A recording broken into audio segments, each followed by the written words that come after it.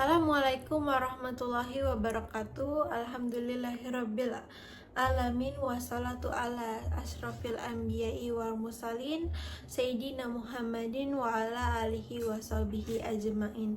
Amma ba'du. Halo, perkenalkan saya Nazwa Amelia Putri Haryanto dari Fakultas Ekonomi dan Bisnis Program Studi Manajemen. Pada kesempatan yang berharga ini, saya akan menyampaikan tata kelola perusahaan yang baik dan beretika berpedoman pada akhlak mulia Nabi Muhammad SAW. Seperangkat prinsip yang mengarahkan dan mengendalikan perusahaan untuk mencapai keseimbangan antara kekuatan dan kewenangan demi pertanggungjawaban kepada seluruh pemangku kepentingan disebut juga dengan good corporate governance. Prinsip-prinsip ini menjadi isu penting di Indonesia, terutama setelah krisis ekonomi tahun 1997 yang salah satunya disebabkan oleh lemahnya tata kelola perusahaan. Ada 5 prinsip utama dalam GCG. Yang pertama ada transparansi, yang kedua akuntabilitas, yang ketiga responsibilitas atau tanggung jawab, yang keempat ada independensi, dan yang terakhir ada fairness atau kewajaran.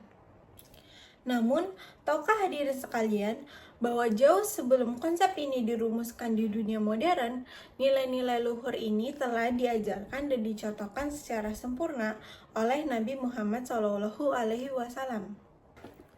Sebuah kajian dalam jurnal Ekonomika dan Bisnis menunjukkan hubungan erat antara prinsip-prinsip GCG dengan 4 sifat utama Rasulullah, yaitu sidik, amanah, tablik, dan fatonah. Yang pertama, sifat sidik. Sidik berarti benar dan jujur dalam perkataan maupun perbuatan. Allah Subhanahu wa Ta'ala berfirman dalam surat Al-Ahzab ayat 70 yang artinya, wahai orang-orang yang beriman, bertakwalah kamu kepada Allah dan ucapkanlah perkataan yang benar. Dalam konteks GCG, sifat ini tercermin dalam transparansi dan independensi. Perusahaan yang transparan akan menyajikan informasi yang akurat dan jujur kepada publik. Begitu pula dengan independensi yang menuntut pengelolaan profesional tanpa adanya tekanan dari pihak manapun. Hal ini hanya bisa kita capai jika kita berpegang teguh pada kebenaran. Rasulullah SAW telah menyontohkan kejujuran ini sejak beliau muda dalam berdagang. Beliau tidak pernah menipu pembeli, mengurangi timbangan, ataupun bersumpah palsu. Yang kedua, sifat amanah. Amanah adalah kemampuan untuk dapat dipercaya dan bertanggung jawab atas tugas yang diembani. Dalam hadis Abu Hurairah radhiyallahu anhu yang artinya, tunaikanlah amanah kepada orang yang mempercayaimu dan jangan engkau mengkhianati orang yang mengkhianatimu. Sifat ini adalah inti dari prinsip akuntabilitas dan responsibilitas dalam GCG.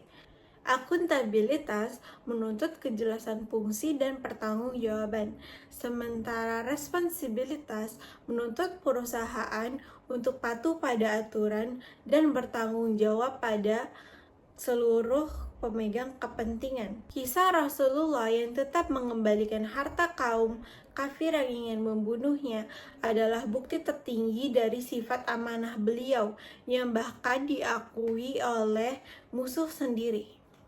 Yang ketiga, sifat tablik. Tablik berarti menyampaikan segala sesuatu yang diwahyukan kepadanya tanpa ada yang disembunyikan. Dalam GCG, sifat ini selaras dengan prinsip transparansi. Keterbukaan informasi mengharuskan perusahaan menyampaikan segala hal yang relevan secara tepat waktu dan akurat. Sama halnya seperti Rasulullah yang selalu menyampaikan wahyu Allah dengan bahasa yang jelas dan mudah dimengerti. Perusahaan pun harus berkomunikasi secara efektif dan terbuka. Dan yang terakhir, sifat fatanah. Fatanah berarti cerdas, bijaksana, dan memiliki pemahaman yang baik. Sifat ini merupakan perwujudan dari prinsip fairness. Fairness adalah perlakuan yang adil dan setara kepada seluruh pemangku kepentingan. Kecerdasan dan kebijaksanaan sangat diperlukan untuk bisa menimbang segala sesuatu dengan adil, membuat keputusan yang tepat, dan memecahkan masalah tanpa merugikan pihak manapun. Sebagaimana dengan Rasulullah yang bijak dalam menata masyarakat. Melihat korelasi yang kuat ini, kita dapat menarik satu kesimpulan, yaitu agama adalah sumber dari segala etika. Mengintegrasikan keteladanan sifat Rasulullah ke dalam praktek bisnis bukanlah sebuah pilihan, melainkan sebuah keseharusan untuk mencapai kesuksesan. Sifat serakah seringkali menjadi akar dari tata kelola yang buruk dan dapat dikendalikan kembali dengan meneladani sifat sidik, amanah, tablik, dan fatonah. Semoga dengan meladani akhlak Rasulullah, kita dapat mewujudkan tata kelola yang lebih baik dalam setiap aspek kehidupan kita. Dan sebagai penutup, marilah kita berdoa bersama-sama. Rabbana lakal hamdu kama yanbaghi li jalali wajhika wa azimi sultanik. Allahumma sholli ala sayyidina Muhammadin wa ala alihi wa sahbihi wa man tabi'ahum bi insani ila yaumiddin. Allahumma inna nas'aluka salamata fid din wa afiyata fi jasad wa ziyata fi ilmi wa barakata fi rizki wa taubatan qoblal maut wa rahmatan indal maut wa maghfiratan ba'dal maut. Subhana rabbika rabbi izzati amma yasifun wa salamun alal mursalin walhamdulillahi rabbil alamin. Unzur man qala wa man tanzur man qala. Terima kasih atas perhatiannya. Mohon maaf bila ada salah kata.